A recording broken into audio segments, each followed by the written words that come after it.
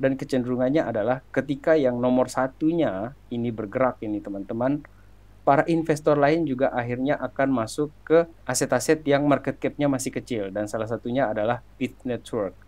Yo guys, welcome back everyone to Black Cuan. Terima kasih telah mengupdate berita kripto dari channel ini. Teman-teman, di kesempatan kali ini kita berbicara mengenai seorang Bitcoin bilioner yang menyatakan bahwa ini kemungkinan harga Bitcoin ini drop lagi, dan setelah itu dia mau muat barang. Artinya dia beli Bitcoin lagi, dan tidak hanya Bitcoin yang akan dia beli, ada beberapa altcoins juga yang akan dia beli. Dan termasuk juga nanti kita lihat portofolio, maksudnya beberapa koin yang masuk ke dalam portofolionya billionaires juga di sini, dan itu bisa menjadi semacam gambaran ya buat kita seperti apa barang-barang yang juga kita muat, maksudnya kripto-kripto yang kita muat di dalam portofolio kita, mungkin ada kesamaan dengan sahabat Black Cuan. Kita akan lihat. Baik teman-teman, yang pertama di sini sebelum ke Arthur Hayes ya teman-teman, yang menyatakan bahwa tahun 2024 ini itu kayak ada kejutan, kemudian ada juga manis dan asamnya dari kejutan tersebut. Tetapi yang pertama di sini adalah ini dari Jun3 CEO. Ini adalah Samson Mow yang menyatakan bahwa dalam beberapa minggu harga Bitcoin ini bahkan bisa mencapai 1 million, 1 juta dolar per satu Bitcoin. Dan dalam hal ini ada logika yang menarik di sini yang saya juga kaitkan ya dengan pandangannya CEO dari Indodax, juga menyatakan bahwa peristiwa halving itu akan menyebabkan efek yang luar biasa terhadap market Bitcoin terutama di sini karena adanya supply shock. Jadi yang awalnya supply ini berjalan dengan lancar gitu kan. Ini logikanya teman-teman. Lancar ini supply barangnya. Kemudian begitu terjadi halving, rantai supply ini diganggu. Dan ketika terganggunya rantai supply ini, artinya yang awalnya normal-normal ataupun biasa menambang dapat segini Bitcoinnya misalnya kan, kemudian dipotong setengah penghasilannya mereka, itu pun akan menghasilkan yang disebut sebagai multiplier effect di situ. Artinya banyak dampak-dampak yang lain yang akan berimbas nanti di sana. Yang paling sering dibahas itu adalah mengenai scarcity-nya. Artinya tersisa tinggal hanya 2 juta Bitcoin yang bisa ditambang secara bebas. Artinya sisanya sudah ada dalam kepemilikan lain. Jadi kalau kita pengen beli, kita pengen dapatkan, ya harus kita beli. Maksud saya begitu. Akan tetapi hanya sedikit. Dan semakin sulit untuk mendapatkan yang 2 juta tersebut, teman-teman. Sehingga akibat dari kejadian itu, harga Bitcoin bisa jadi dalam beberapa minggu saja, katanya si Samson Mow, itu bisa terjadi sampai 1 juta dolar. Teman-teman, jika kalian setuju atau tidak setuju tentang hal ini, coba berikan pandangan kalian. Apakah ini memungkinkan? Mengingat banyak juga yang sudah kasih prediksi-prediksi gitu kan tentang harga Bitcoin. Kemudian sekarang kita melanjutkan ke Bitcoin Billionaires yang menyatakan bahwa dia mau tunggu drop dulu nih. Dan ini dijelaskan oleh Arthur Hayes dengan sangat menarik ya. Mengatakan bahwa BTC ini memberitahu kepada dunia bahwa The Fed ini di dalam masalah, di dalam inflasi mereka ini, dan belum bisa keluar, dan ada kemungkinan terjadinya banking crisis ke depan ini. Itu digambarkan oleh si Arthur Hayes. Oleh karena itu secara singkat di sini saya mengambil benang merahnya adalah dia ini menyatakan akan terjadi penurunan ataupun akan terjadi crash ini di sebulan sebelum halving. Oleh karena itu di bulan Maret itu Arthur Hayes menyatakan dia mau beli barang di sana, dan ada juga beberapa altcoins yang akan mulai dia cicil-cicil akumulasi lagi karena pertandanya ini sudah semakin bagus ke depannya. Dan dari postingan terbarunya Arthur Hayes sekitar 9 jam yang lalu di sini teman-teman, menurut dia ini kita sebentar lagi akan melihat beberapa bank yang gagal, bangkrut, kemudian fresh monetary power from Powell and Yellen, dan sepertinya printer akan mulai berjalan. Itu dikatakan oleh Arthur Hayes teman-teman. Sementara untuk harga Bitcoin sendiri ya teman-teman, sekarang ini ada whales dan institusi ini yang memimpin di dalam volume market Bitcoin ini teman-teman. Dan ini berdasarkan data Glassnode yang mereka kutip. Kemudian yang menariknya adalah dari kejadian ini kan tidak terlalu spike ini harga Bitcoin ya. Kita tahulah gimana caranya atau gimana strateginya para paus itu ketika dia belanja gitu kan. Jadi mereka ndak ingin ini harga langsung boom gitu, besar naik itu enggak. Mereka tahan. Artinya mereka pakai sistem TWAP ya di sana. Dan itu sudah kita jelaskan di beberapa video sebelumnya bagaimana paus ini belanja. Kemudian teman-teman yang menarik adalah ini bukan anomali dan histori tampaknya terulang. Kenapa saya katakan demikian? Karena dari CryptoSlash juga di sini, Bitcoin ini berada di antara range 40 dan 45K, itu sudah 146 hari. Jadi apa yang terjadi di sini adalah pengulangan lagi, pengulangan sejarah. Dan kalau kita lihat di sini tabelnya ya, untuk price bucketnya dia dan berapa hari ini dihabiskan dengan range tertentu. Dan untuk yang kondisi kita sekarang ini, di area 40-44 ini, itu sudah 146 hari. Dan sebelumnya di area 35 sampai 39.138 hari. Peak-nya di sini teman-teman 65 sampai 69K itu hanya 4 hari. Jadi teman-teman, this is not anomaly. This is not an anomaly, guys.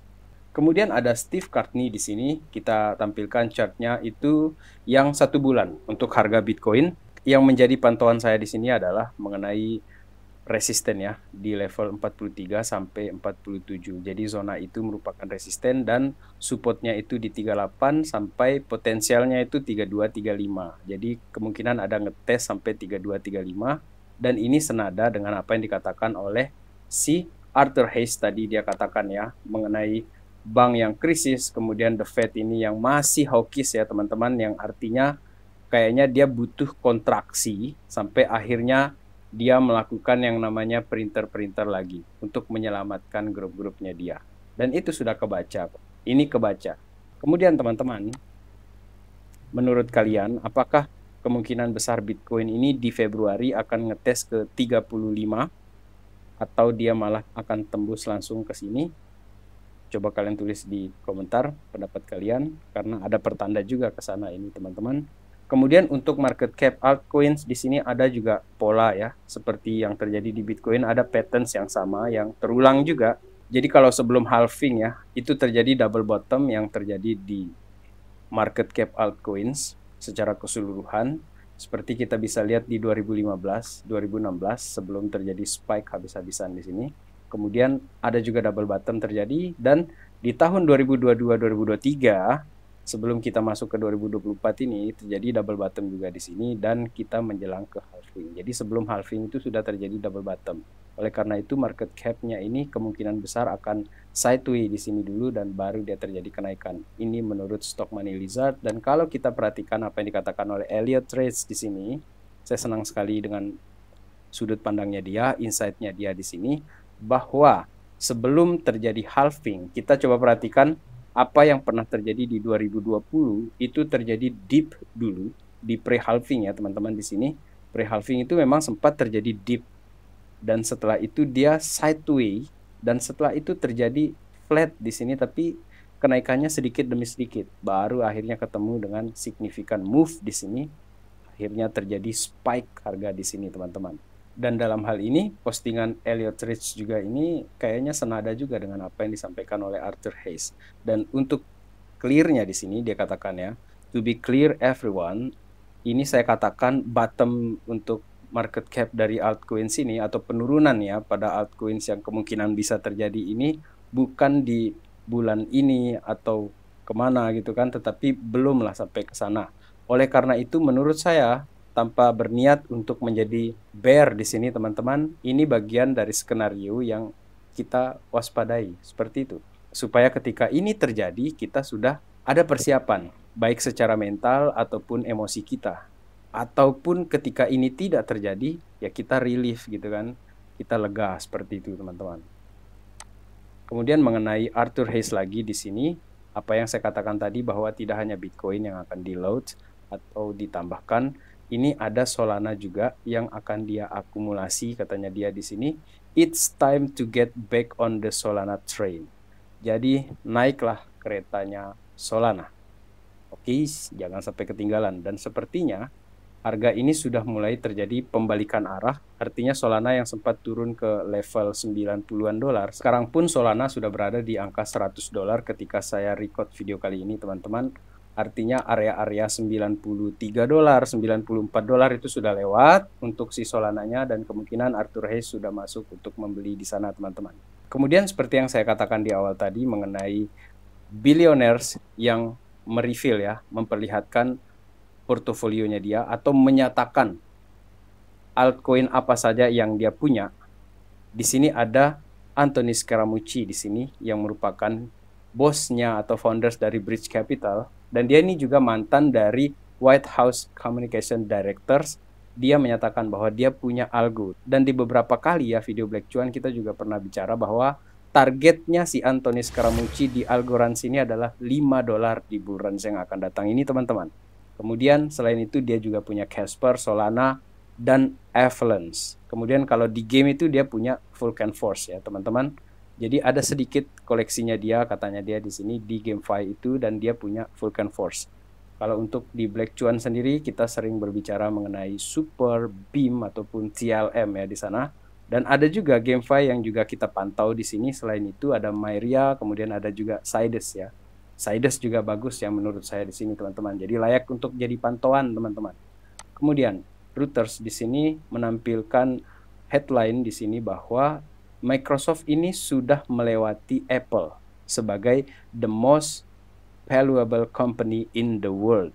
Udah kalah nih. Jadi Microsoft sama Apple ini ternyata ada race mereka ini, atau ada balap-balapan di sini untuk bagian artificial intelligence tersebut, teman-teman. Sementara untuk si Apple mungkin dia oke, kamu tarik gas dulu. Dan untuk si Apple sendiri kan mungkin dia sedang mempersiapkan bahan bakarnya untuk ditarik gas lagi seperti itu, teman-teman. Jadi balapan ini akan terus terjadi. Dan saling menyalip seperti ini kemungkinan sangat lumrah untuk terjadi ke depannya.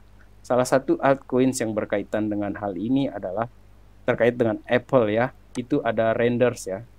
Dan si AI Crypto Renders ini itu sudah mulai tarik gas dengan kenaikan 8% per tanggal 1 Januari kemarin, teman-teman. Kemudian apakah Renders akan kembali lagi klaim harga 5 dolarnya?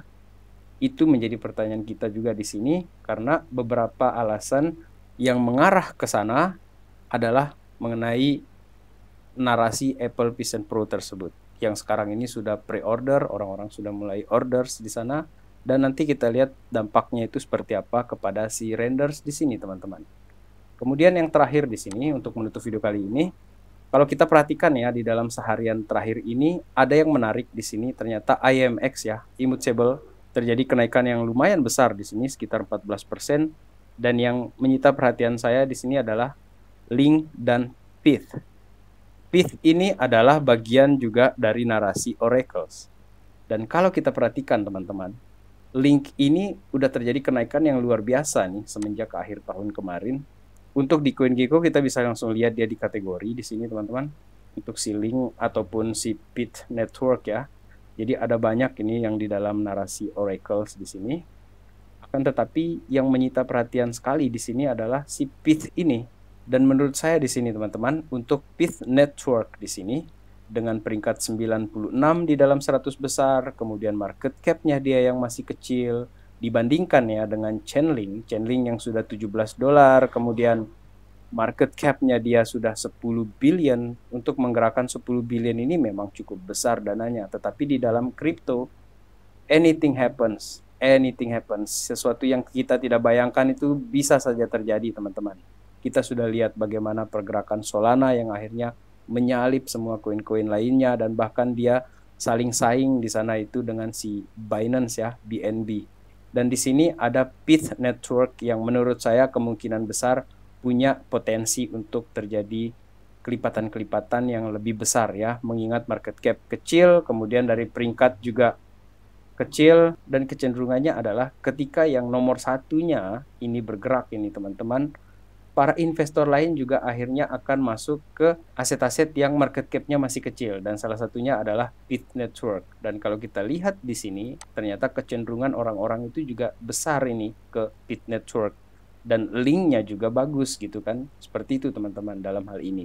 Artinya ini menjadi semacam logika di dalam kita melihat ataupun di dalam kita menentukan akan membeli koin yang mana. Dan seperti yang sering saya katakan, kalau misalnya di koin-koin besarnya, itu biasanya saya tidak terlalu banyak porsi karena saya plankton dan saya biasanya masuk ke dalam anak-anaknya, artinya ekosistem yang ada di dalam koin-koin besar tersebut seperti di Avalanche gitu kan. Saya masuk di super ataupun di BIM seperti itu dengan ekspektasi dengan ekspektasi pribadi saya di sini akan terjadi kenaikan-kenaikan yang mungkin lebih besar lagi gitu kan dibandingkan dengan si altcoin utamanya seperti si Avalanche. Bahwa Avalanche juga akan naik, iya sama seperti di Link juga akan terjadi kenaikan. Dan logika itu yang saya pakai ketika memilih untuk menentukan altcoins mana yang ingin saya bawa ke dalam bull runs ini. Dan seperti itu juga teman-teman mungkin bisa ya untuk melihat peluang-peluang di dalam memilih altcoins menggunakan logika seperti itu. Tetapi apabila teman-teman punya strategi masing-masing atau punya logika sendiri mengenai hal ini, apabila kalian ingin sharing, silakan untuk menuliskan di kolom komentar. Saya akan berterima kasih sekali apabila teman-teman mau men-sharing ataupun memberikan pendapat kalian di sana. Dan teman-teman, sekian video kali ini. Terima kasih telah menonton. Sampai jumpa di update yang berikutnya. In the meantime guys, let's enjoy the ride guys. Salam Black Cuan. Peace my friend.